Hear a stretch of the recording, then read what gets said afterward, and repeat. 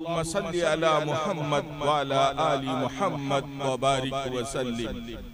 अम्मा बाद फ़क़द क़ाल नबी सल्लल्लाहु अलैहि वसल्लम कुल्लु उम्मती यदखुलूनल जन्नह इल्ला मन अबा। क़ील मन अबा या रसूलल्लाह। क़ाल मन अताअनी दखलल जन्नह व मन असानी फ़क़द अबा। औ कमा क़ाल अलैहिस्सलातु वस्सलाम। वक़ाल नबी सल्लल्लाहु अलैहि वसल्लम फ़ी मौज़िइन आख़र ला युमिनु अहदुकुम हत्ता अकूना अहब्ब इलैहि मिन वालिदिही व वलदिही वन्नासि अजमईन। औ कमा क़ाल अलैहिस्सलातु वस्सलाम। बिरादरान इस्लाम, मुअज़्ज़ज़ सामीन किराम, स्टेज पर तशरीफ फरमा उलमाए इज़ाम, इस इजलास के हाज़रीन, हम और आप इस बात को अच्छी तरह से जानते हैं, किसी दीनी काम को करने के लिए मेहनत करनी पड़ती है। आपने इस इजलास के लिए मेहनत की और मेहनत करते करते वो दिन आ गया, वो वक्त आ गया जिसका इंतजार था। आज की ये रात तारीख का हवाला बनना चाहती है, इस गांव के ताल्लुक से तारीख का हवाला बनना चाहती है आज की रात। इसलिए आपसे गुजारिश है, दरखास्त है कि पूरे इत्मीनान और सुकून के साथ आप अपनी जगहों पर बैठे रहें और हर आने वाले मेहमान का आप इस्तकबाल करें। हम और आप इस बात को जानते हैं, अल्लाह तबारक व तआला ने दीन इस्लाम को बनाया और इसको पसंद किया। इन्ना दीन इंदल्लाहिल इस्लाम, अल्लाह के नजदीक दीन इस्लाम पसंदीदा है। और दीन इस्लाम नाम है उस दीन का जो अल्लाह ताला ने कुरान करीम के अंदर और रसूलुल्लाह सल्लल्लाहु अलैहि वसल्लम ने अपनी अहादीस के अंदर, अपनी सुन्नतों के अंदर बतलाया। जो लोग इन दोनों चीजों को जानते हैं, मानते हैं, वही असली मुसलमान है। कुरान करीम के अहकामात के मुताबिक अपनी जिंदगी गुजारते हैं, रसूलुल्लाह सल्लल्लाहु अलैहि वसल्लम के सीरत के मुताबिक, आपके इरशादात, फरमूदात और आपकी सुन्नतों के मुताबिक जिंदगी गुजारते हैं, वही असली मुसलमान है। मेरे भाइयों, ये महीना रबीउल अव्वल का महीना चल रहा है, बिल्कुल आखिरी अशरा है और आखिरी अशरे के आखिरी अय्याम चल रहे हैं। रबीउल अव्वल इसका दो जुज है, एक रबी है और एक अव्वल है। दोनों का माना आप समझ लीजिए। रबी के माना आते हैं बहार के, और अव्वल के माना पहले के भी आते हैं और अफजल के भी आते हैं। अव्वल के दो माना है, अफजल भी और पहले भी। ये दोनों माना जनाब रसूलुल्लाह सल्लल्लाहु अलैहि वसल्लम पर सादिक आते हैं। रबी के माना बहार के हैं। आप ये समझिए कि जब बहार आती है तो फूल खिल जाते हैं, कलियां मुस्कुराने लगती हैं, परिंदे चहचहाने लगते हैं, हर तरफ खुशी का एक माहौल होता है। इसी तरह से बिल्कुल अरब की वीरान वादी के अंदर एक सदाबहार फूल खिला। हजरत आमिना के बतन मुबारक से एक हमेशा जिंदा रहने वाला फूल खिला और एक बहार आई, और उस बहार से पूरी कायनात, जर्रा जर्रा कायनात का ये मुअत्तर हो गया। पूरी इंसानियत का कद ऊंचा हो गया और पूरी इंसानियत को मेराज नसीब हुई और खाक के इन जर्रों को एक नई जिंदगी मिली। और वो आने वाली बहार फख्र मौजूदात, ताजदारे मदनी व मक्की जनाब मोहम्मद अरबी सल्लल्लाहु अलैहि वसल्लम की जाते अक़दस है। इसलिए आप सल्लल्लाहु अलैहि वसल्लम की सीरत के बारे में मुसलमानों के हर फर्द के लिए इतना ज्यादा जानना जरूरी है कि वो इतना अपने बारे में और अपने खानदान के बारे में जानना जरूरी नहीं है। इसलिए मैं आपसे ये कहता हूँ, दुनिया का बड़ा से बड़ा कोई इंसान हो, अगर उसकी सीरत को और उसके किरदार को बयान करना हो तो चंद सेकंड के अंदर, चंद मिनट के अंदर और चंद घंटों के अंदर बयान किया जा सकता है। लेकिन सरकारे दो आलम सल्लल्लाहु अलैहि वसल्लम की जात इससे मुस्तस्ना है।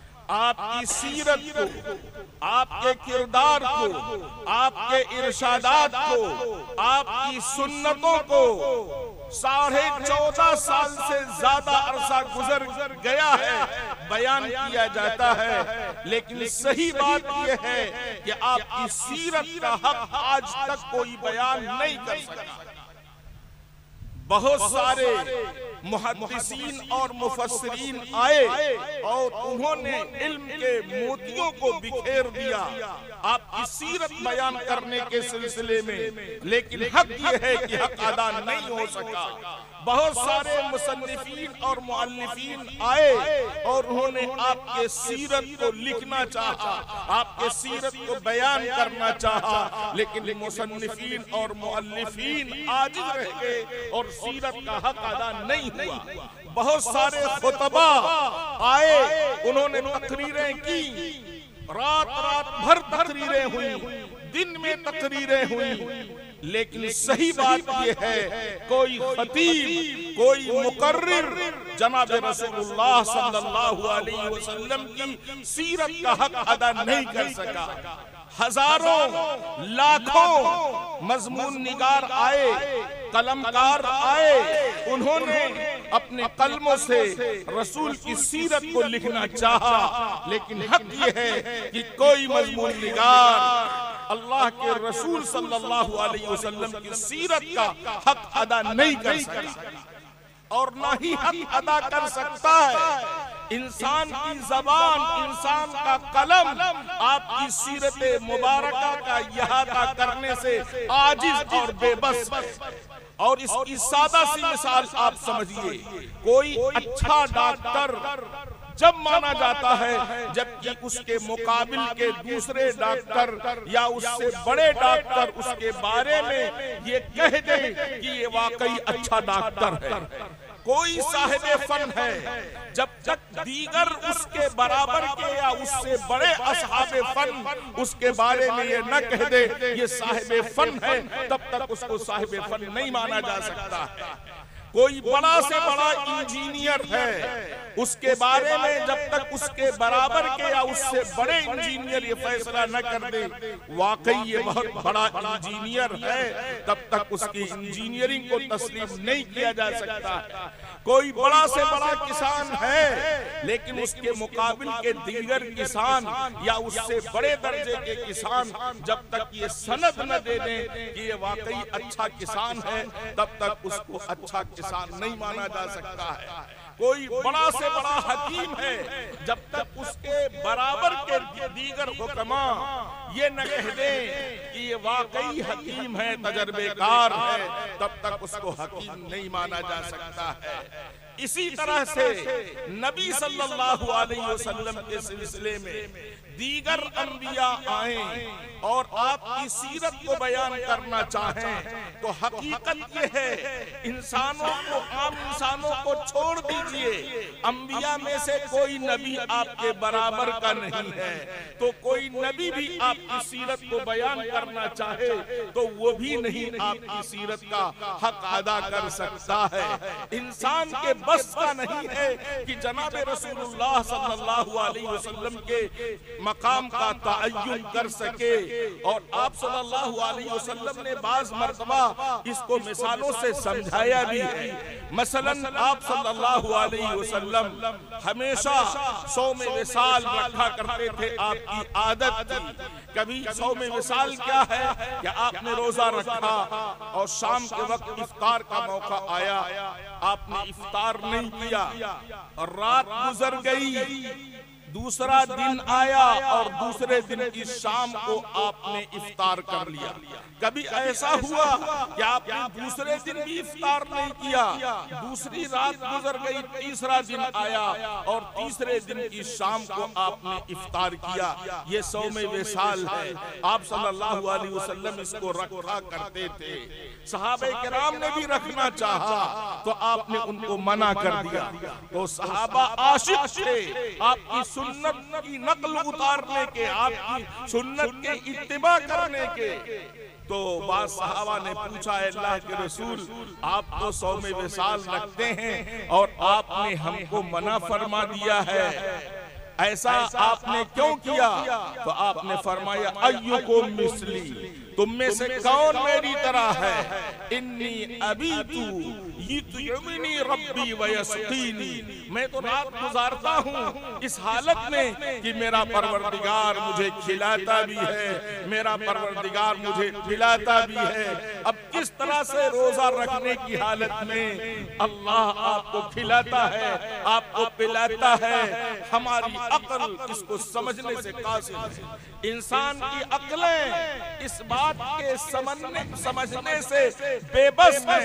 इसलिए रसूलुल्लाह सल्लल्लाहु अलैहि वसल्लम की सीरत का हक अदा नहीं किया जा सकता है। और शायर ने कहा भी, या साहिबल जमानी व या सय्यदल बशर मिन वजहिकल मुनीर लक़द नुव्विरल क़मर। आप हुस्न जमाल के मालिक हैं, आप पूरी कायनात के सरदार हैं। आपके रोशन चेहरे से चांद भी नूर हासिल करता है, आपके नूरानी चेहरे से चांद भी नूर हासिल करता है और चांद भी आपके चेहरे के नूर से मुनव्वर हो जाता है। तो चांद को जो रोशनी हासिल है रसूलुल्लाह सल्लल्लाहु अलैहि वसल्लम के चेहरे के नूर का अक्स उसको मिला है। और इसी के साथ ला युमकिनु सनाउ कमा कान हक़्क़ुहु, आपकी तारीफ का हक जिस तरह है कोई उसको अदा कर सके ये मुमकिन नहीं है। बस बात अज खुदा बुजुर्ग हुई किस्सा मुख्तसर, बस अल्लाह के बाद सबसे बड़ा दर्जा और सबसे बड़ा रुतबा सरकारे दो आलम सल्लल्लाहु अलैहि वसल्लम का है। हत्ता कि तमाम अंबिया को और उनके तमाम कमालात को तराजू के एक पलड़े में रख दिया जाए और सरकार को, सरकार के कमालात को, आपके दर्जात को एक दर्जे में रख दिया जाए तो सरकार का दर्जा तमाम अंबिया के मुकाबले में झुक जाएगा। ये हमारा अकीदा है। और आप सबसे पहले नबी भी हैं, आप सबसे आखिरी नबी भी हैं। आप फरमाते हैं, कुन्तु नबिय्यन व आदम बैनल माई व तीनी, अभी तो आदम की पूरी तरह से पैदाइश नहीं हुई थी और मैं नबी हो चुका था, लेकिन आपकी नबूवत को पर्दे में रखा गया था, आपकी नबूवत को जाहिर किया गया सबसे आखिर में। अंत रसूलुल्लाह व खातमुन नबिय्यीन, आप अल्लाह के आखिरी रसूल हैं, आखिरी पैगंबर है और रिसालत और पैगंबरी पर चूंकि मोहर लगानी थी आपके जरिया, इसलिए आपकी नबूवत को पहले छुपाया गया और सबसे आखिर में आपकी नबूवत को जाहिर कर दिया गया। अब कोई अगर शख्स नबूवत का ऐलान करता है तो उसका फैसला तलवार करेगी और उसकी गर्दन को तलवार से उड़ा दिया जाएगा। हमारा यह अकीदा है। अब इसके अंदर, दुनिया के अंदर आप सल्लल्लाहु अलैहि वसल्लम के बाद कोई नबी नहीं आने वाला है। आप आखिरी नबी हैं। आप सल्लल्लाहु अलैहि वसल्लम के सीरत के बेपनाह उन्वानात हैं। उनमें से एक उन्वान आपके मोजज़ात हैं। एक मोजज़ा मैं आपके सामने जिक्र करता हूँ। मोजज़ा उसे कहते हैं खिलाफे आदत, खर्क आदत। अगर इंसान के हाथ कोई चीज पेश आती है तो अगर वो इंसान नबी है और नबी के हाथों खिलाफे आदत कोई चीज पेश आती है तो उसको मौजज़ा कहते हैं। आप सल्लल्लाहु अलैहि वसल्लम मौजूद हैं। एक देहाती आदमी को आप वहदानियत की दावत दे रहे हैं, तौहीद की दावत पेश कर रहे हैं, पढ़ लो ला इलाहा इल्लल्लाह। उसने कहा कौन सी ऐसी चीज है जो आपके रिसालत की गवाही देती है कि मैं मान लूं? आपके सामने एक दरख्त था, आपने उस दरख्त की तरफ इशारा किया और वो दरख्त अपनी जड़ से उखड़ कर आपके पास आ गया और आपने उससे फरमाया कि तुम ताईद और तस्दीक करो। उसने 3 मरतबा बुलंद आवाज से कलमे तौहीद को पढ़ा और उसके बाद वो देहाती जब आपके इस मौजज़े को देखा तो ईमान लाने पर मजबूर हो गया। तो जानदार चीजें तो मानती ही हैं, बेजान चीज दरख्त, उसने भी बुलंद आवाज से कलमे तौहीद को पढ़ा। यही मौजज़ा है। हम और आप उसकी मन्नत और समाजत करें, वो हरकत नहीं कर सकता है, लेकिन रसूल के इशारे पर उसने कलमे तौहीद को पढ़ा और उसकी वजह से वो देहाती आदमी इस्लाम लाने के ऊपर मजबूर हो गया। आप देखिए जनाब रसूलुल्लाह सल्लल्लाहु अलैहि वसल्लम, दूसरा मौजज़ा मस्जिद नबवी के अंदर खजूर का खुश्क एक तना है और उसके सहारे आप मस्जिद नबवी में मिंबर बनने से पहले खुतबा दिया करते थे। और जब बाज़ाब्ता मिंबर बन गया और आपने वहां से खुतबा देना शुरू किया तो वो खजूर का खुश्क तना, जिसको अरबी के अंदर सुतून हन्नाना कहते हैं, वो रोने लगा और बच्चों की तरह वो बिलक बिलक कर बुलंद आवाज से रोने लगा। और उसके रोने की आवाज सहाबे किराम ने सुनी। आप खुतबे से फारिग हुए और आपने उस तने को अपने सीने मुबारक से लगाया। उसके बाद जाकर उसको सुकून हुआ और उसका रोना और बिलबिलाना खत्म हुआ। मेरे भाइयों, ग़ज़वे खंदक की खुदाई हो रही है और एक बहुत बड़ी चट्टान आ जाती है। सहाबे किराम अपनी कुदालें मारते हैं लेकिन उस चट्टान के ऊपर कोई असर नहीं होता है। आखिर में थक हार कर सरकार की खिदमत में पहुंचते हैं और दरखास्त करते हैं। आप सल्लल्लाहु अलैहि वसल्लम तशरीफ ले जाते हैं, एक कुदाल मारते हैं, वो चट्टान चकनाचूर हो जाती है। ये भी आप सल्लल्लाहु अलैहि वसल्लम का मौजज़ा है। ग़ज़वे खंदक के मौके पर खंदक की खुदाई हो रही है और याद रखिए हजारों का मजमा है। खुद रसूलुल्लाह सल्लल्लाहु अलैहि वसल्लम भूखे हैं, सहाबे किराम भूखे हैं, खाने के लिए कोई चीज नहीं है। हजरत जाबिर रज़ी अल्लाह ताला अन्हु को आपके भूख की शिद्दत का एहसास होता है। अपने घर आते हैं और आप अपनी अहलिया मोहतरमा से पूछते हैं क्या घर में खाने के लिए कोई चीज है? तो वो बयान करती हैं घर के अंदर जौ, एक सा जौ का आटा मौजूद है और ये बकरी मौजूद है। बकरी को ज़बह कर दिया जाता है और आटा गूंदने की तैयारी की जाती है। मियाँ बीवी के दरमियान मशवरा होता है कि चूंकि सामान कम है इसलिए आप सरकार के कान में जाकर ये कह दीजिएगा कि आपकी और आपके साथ चंद लोगों की दावत है, इतना आप कह दीजिएगा। हजरत जाबिर रज़ी अल्लाह ताला अन्हु मशवरे के बाद हाजिर हुए सरकार की खिदमत में। सरकार के कान में उन्होंने कहा, अल्लाह के रसूल सल्लल्लाहु अलैहि वसल्लम, घर पर कुछ खाना बना हुआ है और आप तशरीफ ले चलें, आप अपने साथ कुछ साथियों को भी ले लें। लेकिन सरकार दो आलम सल्लल्लाहु अलैहि वसल्लम ने ऐलान फरमा दिया पूरे मजमे के सामने कि सब लोग चलो, जाबिर के यहाँ दावत है। और हजरत जाबिर के कान में आपने फरमाया जब तक मैं ना आ जाऊं तब तक देगची से शोरबा को न उतारा जाए, गोश्त को न उतारा जाए और जब तक रोटी न पकाई जाए जब तक मैं न आ जाऊं। आप तशरीफ ले गए और उसके बाद आपने अपना लुआबे दहन उस जौ के आटे के अंदर लगाया और आपने उस मामूली जो एक बकरी थी और उस देगची के अंदर जो गोश्त था उसमें अपना लुआबे दहन लगाया। उसके बाद आपने फरमाया अब गोश्त को निकाला जाए और रोटी पकाई जाए। गोश्त को निकाला जाता रहा, रोटी पकाई जाती रही और वही रोटी और वही सालन 1000 अफराद के लिए काफी हो गई। ये भी आप सल्लल्लाहु अलैहि वसल्लम का मौजज़ा है। मेरे भाइयों, रसूलुल्लाह सल्लल्लाहु अलैहि वसल्लम के बेशुमार मौजज़ात हैं इस तरह के। तो आपकी सीरत का एक अहम पहलू आपका ये मौजज़ा है। हजरत अनस रज़ी अल्लाहु ताला आपकी खिदमत में उनकी वालिदा आपको लाती हैं और आपकी खिदमत में पेश करती हैं, ऐ अल्लाह के रसूल सल्लल्लाहु अलैहि वसल्लम, ये बच्चा आपकी खिदमत के लिए हाजिर है, आप इस मेरे बच्चे के लिए दुआ फरमा दीजिए। तो आपने उनके लिए 3 दुआएं फरमाई। ऐ अल्लाह ताला इनके माल में बरकत अता फरमा, इनकी औलाद में बरकत अता फरमा और इनको जन्नत में दाखिल फरमा। इनकी औलाद में बरकत अता फरमा। हजरत अनस कहते हैं अपनी जिंदगी में मेरे बेटों और पोतों की तादाद 100 के करीब। हुजूर की ये दुआ उनके औलाद के हक में कबूल हुई।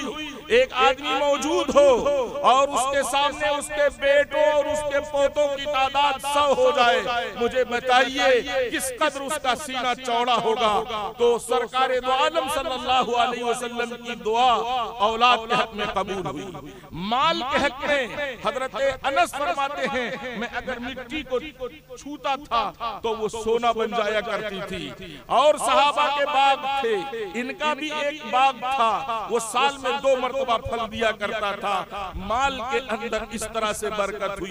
हजरत अनस फरमाते हैं 2 दुआएं कबूल होते हुए मैंने अपनी जिंदगी में देख लिया और तीसरी दुआ जो है जन्नत का हुसूल, उसका इस दुनिया से ताल्लुक नहीं है, इंशाअल्लाह रूह निकलते हुए उसका भी दीदार होगा। ये भी सरकार दो आलम सल्लल्लाहु अलैहि वसल्लम का मौजज़ा है। हजरत अबू हुरैरा रज़ी अल्लाहु ताला अन्हु हदीस को रिवायत करने में नंबर 1 है।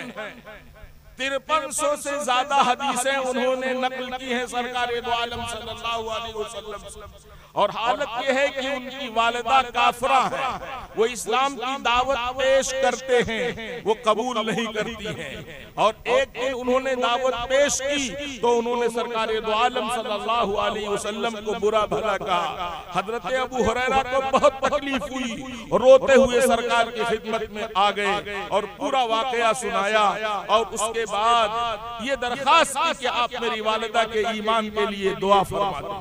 अल्लाह के रसूल सल्लल्लाहु अलैहि वसल्लम ने दुआ फरमाई, अल्लाह तुम्हारी वालिदा को ईमान से नवाज दे। हजरत अबू हुरैरा बयान करते हैं मुझे यकीन था हुजूर की दी हुई दुआ जरूर कबूल हो गई। मैं फौरन वापस हुआ तो मेरी वालिदा गुस्ल कर रही थी। मेरे पैरों की आहट उन्होंने सुनी और उसके बाद कहा रुको अबू हुरैरा मैं अभी आती हूँ। गुस्ल को मुकम्मल किया और गुस्ल करने के बाद आई और उन्हें कलमे ला इलाहा इल्लल्लाह मुहम्मदुर रसूलुल्लाह को पढ़ा और उन्होंने ईमान और इस्लाम को कबूल कर लिया। ये भी रसूलुल्लाह सल्लल्लाहु अलैहि वसल्लम का एक बड़ा मौजज़ा है। मेराज का सफर होता है, आप याद रखिए सफर की 2 किस्त है। एक मस्जिद हराम से सफर शुरू होता है मस्जिद अक्सा तक, वही मस्जिद अक्सा जो फिलिस्तीन के अंदर है जिसको हम बैतुल मक़दिस कहते हैं। तो वो मस्जिद अक्सा और ये सफर शुरू हुआ मस्जिद हराम से मस्जिद अक्सा तक, इसका नाम इसरा है कुरान की इस्तिलाह में। और वहाँ तमाम अंबिया मौजूद थे, तमाम अंबिया मौजूद थे और 2 रकात नमाज भी तमाम अंबिया को जब पढ़ाने का मौका आया तो सरकार को आगे किया गया। इसलिए आपको इमामुल अंबिया भी कहा जाता है और अफजलुल अंबिया भी कहा जाता है। इमामुल अंबिया भी और अफजलुल अंबिया भी कहा जाता है। आपने वहाँ तमाम अंबिया को नमाज पढ़ाई और उसके बाद का जो सफर अर्श इलाही तक होता है उसको मेराज का सफर कहा जाता है। आप गए नहीं थे उस रात में, आपको बुलाया गया था। हदीस के कलिमात हैं, लम्मा उरी जबी, जब मुझको ऊपर ले जाया गया था, इतना तवील सफर इतने मुख्तसर वक्त में कराया गया। हकीकत ये है आप गए नहीं थे, आपको बुलाया गया था। कहीं जाने में और बुलाए जाने में कितना फर्क होता है हम और आप जानते हैं। ये सरकार दो आलम सल्लल्लाहु अलैहि वसल्लम के मोजज़ात की एक मुख्तसर फहरिस्त थी। आप देखिए कि जानवर भी आपको देखकर आप पर ईमान ले आते हैं। एक गोह है और एक बद्दू आदमी है, उसका शिकार करता है और वो किसी चीज में फंसा कर अपने कंधे पर रखता है और लेकर आता है। और हुजूर की एक मजलिस है, सहाबा बैठे हुए हैं। वो बद्दू पूछा ये कौन है, कौन लोग बैठे हुए हैं? उसे बतलाया गया ये मोहम्मदुर रसूलुल्लाह हैं जो कलमे तौहीद की दावत पेश कर रहे हैं। वो आया और उसने उस गोह को उस मजलिस के अंदर फेंक दिया और ये कहा अगर ये गोह आपके रिसालत की शहादत देती है तो मैं भी आपके रिसालत की शहादत देने के लिए तैयार हूं। वो तो बिल्कुल दिल के अंदर खुश था, न ये मुमकिन है न मेरे लिए ईमान लाना मुमकिन है। दोनों बातें वो जहन के अंदर जमाए हुए था। सरकार दो आलम सल्लल्लाहु अलैहि वसल्लम की मजलिस है, आपने गोह को मुखातब किया, या ज़ब, या ज़ब, ज़ब्बुन के माना आते हैं गोह के। आपने फरमाया आए गोह, आए गोह। वो मरी हुई गोह, उसने पहले आंखों को खोला और उसके बाद जरा वो अपने पैरों और हाथों के ऊपर हरकत करते हुए खड़ी हुई और उसके बाद उसने कहा लब्बैक व सादैक या रसूल अल्लाह, है अल्लाह के रसूल सल्लल्लाहु अलैहि वसल्लम, आपकी आवाज पर मैं आपकी खिदमत में हाजिर हूँ। और आज तो मेरी किस्मत बदल गई कि आपने मुझे आवाज दी और मैं इसको बड़ी सआदत समझती हूँ। आप फरमाइए क्या हुक्म है? आप तो क़यामत के दिन को रौनक बरसने वाले और जीनत बख्शने वाले आप आदमी हैं, आप बोलिए क्या बात है? सरकार दो आलम सल्लल्लाहु अलैहि वसल्लम से ने पूछा मन ताबुदु, ऐ गोह तू बता किसकी तू इबादत करती? गोह ने कहा मैं उसकी इबादत करती हूँ जिसका अर्श आसमान में है, यानी अल्लाह की इबादत करती हूँ। और जिसकी रहमत जन्नत के अंदर है मैं उस अल्लाह की इबादत करती हूँ। और जिसकी सजा और जिसका इक़ाब जहन्नम के अंदर है मैं उस अल्लाह की इबादत करती हूँ। उसके बाद आपने पूछा मन अना, मैं कौन हूँ, मेरे बारे में तुम्हारा क्या ख्याल है? तो उसने कहा अंत रसूलुल्लाह व खातमुन नबिय्यीन। दो बातें उसने कही गोह ने, एक मरे हुए जानवर ने कि आप अल्लाह के रसूल हैं और रसूलों की तादाद बहुत ज्यादा है, आप आखिरी नबी। ये गोह ने शहादत पेश की। उसके बाद गोह ने ये बात कही कद अफलहा मन सद्दका, जिसने आपकी तस्दीक की और आपकी इताअत और फरमाबरदारी की वो कामयाब हो जाएगा। वो कद खाबा मन कज़्ज़बा, और जिसने भी आपकी तकज़ीब की, आपको झुटलाया, आपकी नाफरमानी की, वो नाकाम, खाइब और खासिर हो जाएगा। उस गोह ने जब ये आवाज दी तो इस बद्दू के पास कोई बात नहीं रह गई थी, बेबस हो गया। इसने भी पढ़ा ला इलाहा इल्लल्लाह मुहम्मदुर रसूलुल्लाह सल्लल्लाहु अलैहि वसल्लम। जानवर भी ये बात कह रहा है, वो भी मरा हुआ जानवर, उसके बाद जिंदा होकर ये कह रहा है ये आपका मौजज़ा है कि जो आपकी सुन्नतों के मुताबिक जिंदगी गुजारेंगे वही कामयाब होंगे, और जो आपकी सुन्नतों से और आपकी सीरत से हट जाएंगे वो नाकाम हो जाएंगे। मेरे भाइयों, हमारे लिए इबरत का मकाम है कि रसूल की सुन्नतों को अपनाएं। मैंने खुतबे के अंदर जो हदीस पढ़ी है, अल्लाह के रसूल ने फरमाया, बुखारी शरीफ की हदीस है, कुल्लु उम्मती यदखुलूनल जन्ना, मेरी उम्मत के तमाम अफराद जन्नत में दाखिल होंगे। आपने गारंटी के साथ ये बात फरमाई कि मेरी उम्मत के तमाम अफराद जन्नत में दाखिल होंगे, इल्ला मन अबा, मगर जिन लोगों ने इनकार किया वो जन्नत में दाखिल नहीं होंगे। सहाबे किराम हर बात को पूछ लिया करते थे, दिल मन अबा या रसूल अल्लाह, सहाबा ने पूछ लिया, अल्लाह के रसूल,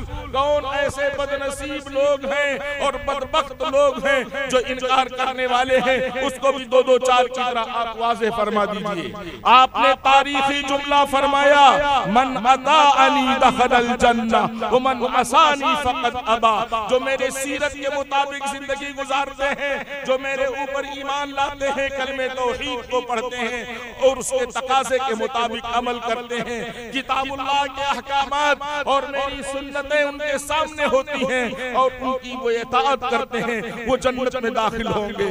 और बदनसीब हैं वो लोग जो मेरी नाफरमानी करते हैं, कुरान की नाफरमानी करते हैं, मेरी नाफरमानी करते हैं, तो यही लोग इनकार करने वाले हैं। मेरे भाइयों, सीरत का जलसा है, इसलिए हमारा हर अमल सीरत के मुताबिक होना चाहिए, सीरत के खिलाफ नहीं होना चाहिए। जो बात रसूलुल्लाह सल्लल्लाहु अलैहि वसल्लम की सीरत में है, अगर हम उसे अमल करते हैं तो आप याद रखिए हम कामयाब होंगे। और जो आपकी सीरत से नहीं है, उसके बावजूद हम उसके पीछे पड़े हुए हैं, तो इसका मतलब यह है कि सीरत के रास्ते से हम हटे हुए हैं, रसूल की नाफरमानी कर रहे हैं। तो हमें हमेशा दुआ करना चाहिए। अल्लाह के रसूल ने फरमाया, पूरी उम्मत को ललकारते हुए, तरक्तु फीकुम अमरैन लन तज़िल्लु मा तमस्सकतुम बिहिमा किताबल्लाहि व सुन्नत रसूली। ऐ मुसलमानों, ऐ इंसानों, मैं तो इस दुनिया से जा रहा हूँ और तुम्हारे अंदर दो चीजें छोड़कर जा रहा हूँ, एक तो किताबुल्लाह और दूसरे सुन्नत रसूलुल्लाह। अल्लाह की किताब कुरान और रसूलुल्लाह सल्लल्लाहु अलैहि वसल्लम की सुन्नत, इन दोनों चीजों को जो लोग जानते हैं, मानते हैं, वही सिराते मुस्तकीम पर हैं। और जो लोग इन दोनों चीजों को नहीं मानते या एक को मानते हैं दूसरे को नहीं मानते, तो ये लोग जलील होंगे और रुस्वा होंगे और राह रास्त से हट जाएंगे। इसलिए मेरे भाइयों, मेयार अल्लाह की किताब है, रसूलुल्लाह सल्लल्लाहु अलैहि वसल्लम की सुन्नतें हैं। और मैं आपको बतलाऊं, आपकी सीरत का एक अहम पहलू है जिसे हम हुस्न अखलाक कहते हैं। हुस्न अखलाक तीन चीजों के मजमूए का नाम है। आप अच्छी तरह से समझिए, हुस्न अखलाक बोलते हैं उसके अखलाक अच्छे हैं, उसके अखलाक खराब है। लेकिन आप याद रखिए, हुस्न अखलाक के अंदर तीन चीजें आती हैं। एक तो कफ़ुल अज़ा, हज़रत अब्दुल्ला इब्न मुबारक रहमतुल्लाह अलैहि ने तारीफ की है। कफ़ुल अज़ा, अपने तर्ज़े अमल से किसी को तकलीफ न पहुंचाना, ये पहली चीज है हुस्न अखलाक की। और दूसरी चीज है वो बज़लुल मारूफ, दूसरों को नफा पहुंचाना, दीनी दुनियावी, लोगों के साथ एहसान करना, लोगों को नफा पहुंचाना, यह है बज़लुल मारूफ, हुस्न अखलाक की दूसरी चीज। और तीसरी चीज क्या है? तलाक़तुल वज्ह, खंदा पेशानी के साथ लोगों से मिलना। सरकारे दो आलम सल्लल्लाहु अलैहि वसल्लम के अंदर ये तीनों बातें मौजूद थी। आप अपने तर्ज़े अमल से पूरी जिंदगी आपने किसी को तकलीफ नहीं पहुंचाया, पूरी जिंदगी आपने कायनात के जर्रे जर्रे को नफा पहुंचाया। और जो भी आपसे मिलता था, बड़ी खंदा पेशानी के साथ आप मिलते थे। खंदा पेशानी से मिलने के लिए दो चीजें शर्त है। अगर आप किसी को तकलीफ पहुंचाएंगे तो वो आपसे खंदा पेशानी के साथ नहीं मिलेगा। अगर आप दूसरे को नुकसान पहुंचाएंगे, आपसे खंदा पेशानी के साथ नहीं मिलेगा। आप न किसी को तकलीफ पहुंचाते थे, आप दूसरे को नफा पहुंचाते थे। खैरुन्नास मन यनफउन्नास, सबसे बेहतर वही है जो लोगों को नफा पहुंचाए। तो जो भी आपसे मिलता था वो ये समझता था कि हुजूर सबसे ज्यादा मुझे मानते हैं और सबसे ज्यादा खंदा पेशानी के साथ मुझसे मुलाकात करते हैं। इसलिए मेरे भाइयों, ये तीन चीजें जरूरी हैं हमारे अंदर होना, हमारे तर्ज अमल से किसी को तकलीफ ना पहुंचाए और हमारे तर्ज अमल से लोगों को नफा पहुंचे। हम जिससे भी मिलें खंदा पेशानी के साथ मिलें। उसके बाद सरकार ने फरमाया, मा शैउन अस्तला फी मीज़ानिल मुमिनी यौमल क़ियामती मिन खुलुक़िन हसन व इन्नल्लाहा युबग़िज़ुल फ़ाहिशल बज़िय्या। आपने फरमाया, कोई चीज भी मोमिन की तराजू में हुस्न अखलाक से ज्यादा वजनी नहीं होगी। हुस्न अखलाक तीन चीजों के मजमूए का नाम है। किसी को तकलीफ नहीं पहुंचाया है, नफा पहुंचाने की कोशिश की है, जिससे मिला है खंदा पेशानी के साथ मिला है। ये हुस्न अखलाक अगर है तो उसके मीजान में जब कल आमाल तौले जाएंगे सबसे ज्यादा वजनी हुस्न अखलाक होगा। अल्लाह के रसूल के हुस्न अखलाक सबसे ज्यादा बुलंद थे, इसलिए कुरान ने फरमाया व इन्नका लअला खुलुकिन अज़ीम। और हजरत हसन रज़ी अल्लाह ताला अन्हु ने इसका नक्शा खींचा है, वो अहसना मिनका लम तरा कत्तु ऐनी व अजमला मिनका लम तलिद निसाउ। आपसे ज्यादा हुस्न अखलाक वाला इंसान की आंखों ने किसी को नहीं देखा। उन्होंने तो मेरी आंख कहा है, लेकिन उससे मुराद पूरी इंसानियत की आंख है, यानी पूरी इंसान की आंखों में मिलकर आप जैसा हुस्न अखलाक वाला इंसान किसी को पूरी दुनिया में नहीं देखा है। वो अजमल मिनका लम तलिद निसाउ। और आपसे ज्यादा खूबसूरत कोई इंसान किसी माँ ने दुनिया के अंदर किसी बच्चे को नहीं जना है। तो आप सबसे ज्यादा खूबसूरत भी थे और सबसे ज्यादा खूबसूरत भी थे। इसीलिए अगर आपको एक पलड़े में रखा जाए और तमाम अंबिया को, उनके उम्मतियों को, तमाम कमालात को एक पलड़े में रखा जाएगा तो हमारे सरकार का पलड़ा झुक जाएगा। खुलिक़ना मुबर्रअन मिन कुल्ली ऐबिन, आपको पैदा किया गया हर ऐब से पाक साफ करके। कअन्नका कद खुलिक़ता कमा तशाउ। कोई इंसान ये नहीं चाहता है कि मेरे अंदर ऐब हो, लेकिन उसके अंदर ऐब निकल आता है। सरकार अपने मनशे के मुताबिक थे, उसी मनशे के मुताबिक अल्लाह ने आपको पैदा किया। आप चाहते थे मेरे अंदर कोई ऐब ना हो, और सरकार ने इसी के मुताबिक आपको पैदा किया और आपको बनाया और अपने हाथों से अपनी कुदरत के जरिए आपकी तरबियत फरमाई। इसलिए सरकार दो आलम सल्लल्लाहु अलैहि वसल्लम से ज्यादा हुस्न अखलाक वाला, आपसे ज्यादा हुस्न सीरत वाला और आपसे ज्यादा खूबसूरत कोई इंसान नहीं पैदा हो सका है मेरे भाइयों। इसलिए सरकार दो आलम सल्लल्लाहु अलैहि वसल्लम ने फरमाया मोमिन की तराजू में हुस्न अखलाक से ज्यादा कोई वजनी चीज नहीं होगी। और अल्लाह ताला फहशगो को, बदगो को, बद अखलाक को नापसंद करता है। जो लोगों को तकलीफ पहुंचाता है, जो लोगों को नफा नहीं पहुंचाता, लोगों से मुंह बनाकर मिलता है और चमार चौदस की तरह अपना चेहरा बनाता है और उसके साथ लोगों से मिलता है। बाज लोग ऐसा होता है अपने इल्म के नशे में और अपने दौलत के नशे में, अपने किसानी और मालो दौलत उनको बहुत ज्यादा हासिल है, अपने घर के बड़े होने के नशे में दो लोगों से मिलते हैं तो मुंह बनाकर मिलते हैं, अपनी नाराजगी का इजहार करते हैं। इधर सरकार दो आलम सल्लल्लाहु अलैहि वसल्लम की सीरत क्या है? तलाक़तुल वज्ह। मदीना के अंदर कोई बादी भी हदीस में आता है आपके हाथ पकड़ती और जहां चाहती लेकर चली जाती, आपसे जो मिलता वो आपका होकर रह जाता। इसीलिए एक शायर हैं और तुफैल इब्न अम्र दौसी अरबी के जबरदस्त शायर हैं, वो ये कहते हैं कि कुफ्फारे मक्का ने मुझे मजबूर किया कि न मोहम्मद से बात करना और न मोहम्मद के कलाम को सुनना, इसलिए कि मोहम्मद की बात को जो सुनता है और मोहम्मद के कलाम को जो सुनता है वो तो मोहम्मद का होकर रह जाता है। तुम एक कबीले के शायर हो और जबरदस्त अल्लाह ताला ने तुमको मलका दिया है, इसलिए तुम मोहम्मद से मुलाकात न करना, न उनके कलाम को सुनना। वो बयान करते हैं कि मोहम्मद सल्लल्लाहु अलैहि वसल्लम के बारे में मैंने अहद कर लिया कि न मैं उनसे मुलाकात करूंगा और न मैं उनके कलाम को सुनूंगा। वादे के मुताबिक अपने कानों में कपड़े ठूस लिए खाने काबा से गुजर हो रहा था। आप सल्लल्लाहु अलैहि वसल्लम कुरान की तिलावत कर रहे थे। शायर कहते मेरे जहन में ये बात आई क्यों ना आपका कलाम सुन लूं, अगर अच्छा है तो ले लूं और खराब है तो छोड़ दूं। जब उन्होंने आपके कलाम को सुनना शुरू किया, आप कुरान की तिलावत कर रहे थे, आपकी सीरत को उन्होंने देखा तो आपके फारिग होने के बाद आपकी खिदमत में हाजिर हो गए। वल्लाह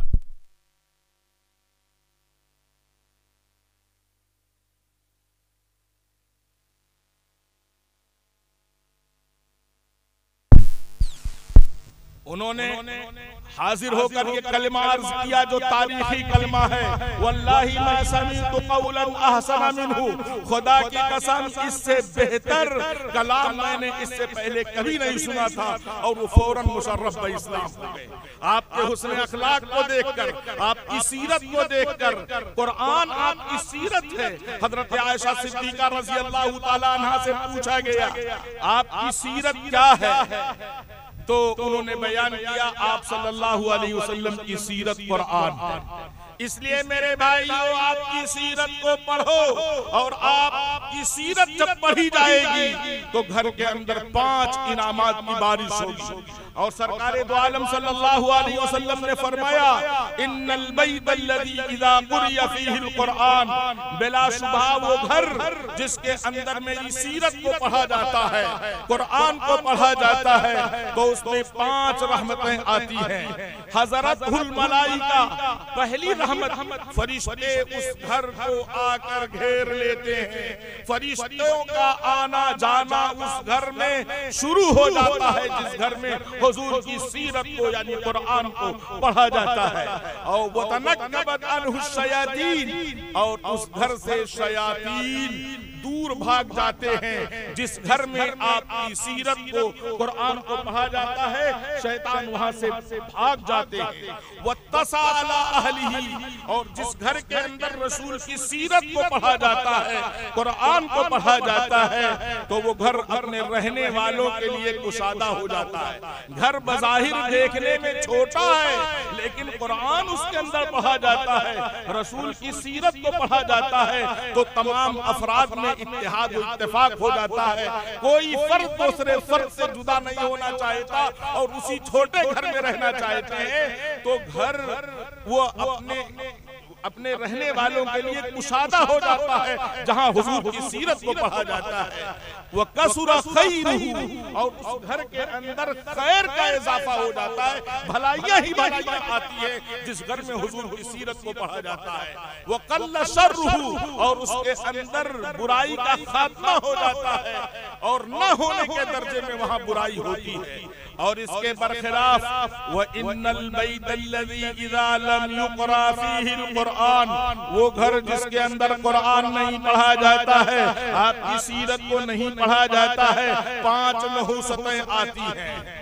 हज़रतुल शयातीन उस घर का बसेरा बना लेते हैं जिस घर के अंदर हुजूर की सीरत को नहीं पढ़ा जाता है। हुजूर की सीरत के पढ़ने की बरकत ये होती है कि वहाँ मलाइका और फरिश्ते आते हैं, और सीरत न पढ़ने का, कुरान की तिलावत न करने का ये नुकसान होता है कि शयातीन आकर बसेरा बना लेते हैं उस घर का। व तनक्कबत अन्हुल मलाइका, और फरिश्ते वहाँ से निकल जाते हैं, उस घर से दूरी बना लेते हैं। वज़ाक़ा अला अहलिही, वो घर बहुत बड़ा है, रहने वाले कम हैं, फिर भी वो घर अपने रहने वालों के लिए तंग हो जाता है। लोगों में इख्तिलाफ हो जाता है सीरत को न पढ़ने की वजह से, सीरत के मुताबिक न जिंदगी गुजारने की वजह से। हर आदमी एक दूसरे से मुंह बनाए रहता है कि मैं इस घर से चला जाऊं, कोई दूसरा घर में बना लूं। तो इस तरह से जिस घर के अंदर सीरत की तिलावत नहीं होती है, कुरान को पढ़ा नहीं जाता है, तो आप याद रखिए कि उस घर के अफराद में इख्तिलाफ हो जाता है, बड़ा घर होने के बावजूद छोटा मालूम हो जाता है। वह कसुरा शर्रुहु, और बुराई उस घर के अंदर बहुत ज्यादा हो जाती है। वह कल्ला खैरुहु, और भलाई बराए नाम होती है। इसलिए हुजूर की सीरत के मुताबिक अपनी जिंदगी गुजारो। मैंने आपके सामने बात की कि ये महीना इंतहाई फजीलत वाला महीना है, इस एतबार से कि इसमें हुजूर की विलादत मुबारका हुई है।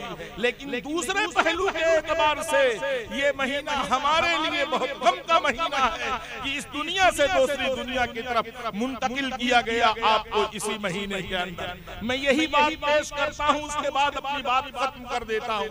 रबीउल अव्वल का महीना था, तारीखों में इख्तिलाफ है, ज्यादा सही कौल और मशहूर जो बचपन से है 12 वफात के नाम से 12 रबीउल अव्वल की तारीख मशहूर है।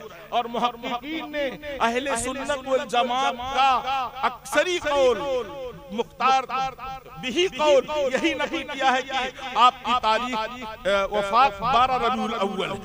आप याद कीजिए वो 12 रबीउल अव्वल का दिन जिस दिन आप सल्लल्लाहु अलैहि वसल्लम इस दुनिया से दूसरी दुनिया की तरफ मुंतकिल हुए, उससे ज्यादा खतरनाक, उससे ज्यादा भयानक मुसलमानों के लिए, अहले ईमान के लिए उससे ज्यादा तारीख दिन कोई दिन नहीं था जब आपको इस दुनिया से दूसरी दुनिया की तरफ मुंतकिल किया गया। मेरे भाइयों, मौत का फरिश्ता हाजिर है आपके दरवाजे पर और हाजिर होकर आपसे दरखास्त कर रहा है कि अगर आप इजाजत दें तो मैं आपकी रूह को कब्ज करूं और इस दुनिया से दूसरी दुनिया की तरफ मुंतकिल करूं। अल्लाह के रसूल समझ गए ये फरिश्ते की दरखास्त नहीं है, अल्लाह की तरफ से अब मिलने का वक्त आ गया है और अब मुझे अल्लाह से मिलने के लिए तैयार हो जाना चाहिए। इस मौके पर आपने पूरी उम्मत को मुखातब करके जो नसीहत फरमाई है और जो वसीयत फरमाई है, मैं वो आपके सामने नकल करता हूँ। आपने फरमाया, अस्सलाह अस्सलाह, मोमिनीन, इंसानों, मुसलमानों, नमाज की फिक्र करना, नमाज की फिक्र करना। वइत्तकुल्लाह फीमा मलकत ऐमानुकुम, और अल्लाह से तुम डरना अपने मातहतों के बारे में, अपने गुलाम और बादियों के बारे में। तुम एक फैक्ट्री के मालिक हो तो तुम्हारे फैक्ट्री के अंदर काम करने वाले हैं उनके बारे में। एक मदरसे और मस्जिद के जिम्मेदार हो, तुम्हारे मातहती में जो काम करने वाले हैं उनके बारे में। गरजे की कोई आदमी रुतबे वाला है, बड़ा रुतबा है, उसके मातहत लोग काम करते हैं, घर का मालिक है, अपने घर वालों के सिलसिले में तुम डरना और अपने मातहतों के साथ हुस्न सुलूक और हुस्न अखलाक का मामला करना। ये दो नसीहत आपने फरमाई। आप मुझे ये बताइए, अगर हमारे वालिद हों, हमारी वालदा हों, हमारे दादा और दादी हों, हमारे नाना और नानी हों, तमाम रिश्तेदारों को जमा कर ले और उनका आखिरी वक्त हो और उनमें से कोई ये कहे, मेरे बेटों, बेटियों, पोतों, पोतियों, रिश्तेदारों, ये मेरी आखिरी बात है, तुम इसको मान लेना और इसके बाद मेरी रूह मेरे जिस्म से जुदा हो जाएगी। और उसके बाद वो वालिद, वो वालिदा, वो अम्मा और अब्बा और वो दादा दादी, नाना नानी में से कोई इंतकाल कर जाए, आखिरी बात कह करके अपने रिश्तेदारों से दरखास्त करके।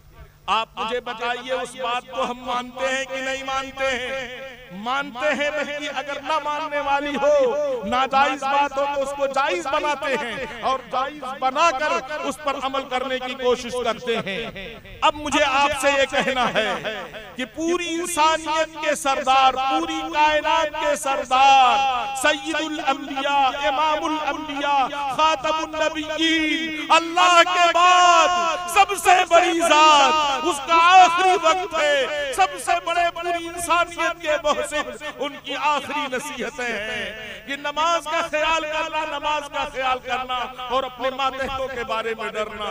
मैं आज आपसे अहद लेना चाहता हूँ, ये जलसा कामयाब हो जाएगा अगर हुजूर की आखिरी नसीहत पर हम अमल करने वाले हो गए। मेरे भाइयों, नमाज का ख्याल करो, नमाज का ख्याल करो और नमाज किसी हालत में मत छोड़ो। ये आज के इस इजलास का पैगाम है। और हुस्न अखलाक अपनाओ, अपने तर्ज अमल से किसी को तकलीफ ना पहुंचाओ, अपने तर्ज अमल से लोगों को नफा पहुंचाओ और दूसरों से मिलो, खंदा पेशानी के साथ मिलो। मेरे भाइयों, हुजूर पाक सल्लल्लाहु अलैहि वसल्लम के सीरत के बहुत से पहलू हैं। मैंने पहले ही तमहीद बनाकर ये बात कह दी है कि इस पहलू को पूरी तरह से अहाता कर पाना किसी इंसान के बस का नहीं है। अल्लाह ताला कही हुई बातों पर मुझे भी अमल की तौफीक अता फरमाए और आपको भी अमल करने की तौफीक अता फरमाए। हजरत मौलाना सलमान साहब, मुफ्ती जियाउद्दीन साहब, ये हजरात यहाँ इस इजलास में आने का सबब बने। और इत्तेफाक ऐसा है, अल्लाह का फजल है, ये दोनों मेरे शागिर्द हैं। दारुल इस्लामिया में मैं पढ़ाया करता था, दारुल इस्लामिया बस्ती, जहाँ के एक उस्ताद इत्तेफाक से मेरे हमनाम भी हैं, हाफिज मोहम्मद सालिम यहाँ मौजूद हैं। मैंने वहाँ 14 साल पढ़ाया और ये हजरात वहाँ पढ़ा करते थे। उस वक्त मैंने इनको बहुत सारी किताबें पढ़ाई। और इस जलसे में मौलाना फैजान साहब, मौलाना अब्दुल वाजिद साहब, ये 4 लोग तो मौजूद हैं। खुद हाफिज सालिम साहब जो इस वक्त उस्ताद हैं, इन सब को मैंने वहाँ पढ़ाया। अल्लाह तबारक व तआला इनके बुलाने को कबूल फरमा ले। इन्होंने खूब इस्तकबाल किया, अल्लाह ताला इनके इस्तकबाल को कबूल फरमा ले। अल्लाह ताला जो मेरी बातें कही गई हैं, अल्लाह मुझे भी उस पर अमल की तौफीक अता फरमा। और मेरे तमाम दोस्त अहबाब, आप सबको अल्लाह इस पर अमल करने की हम सबको हिदायत दे, तौफीक दे। व आखिरु दावाना अल्हम्दुलिल्लाहि रब्बिल आलमीन, वस्सलामु अलैकुम व रहमतुल्लाह।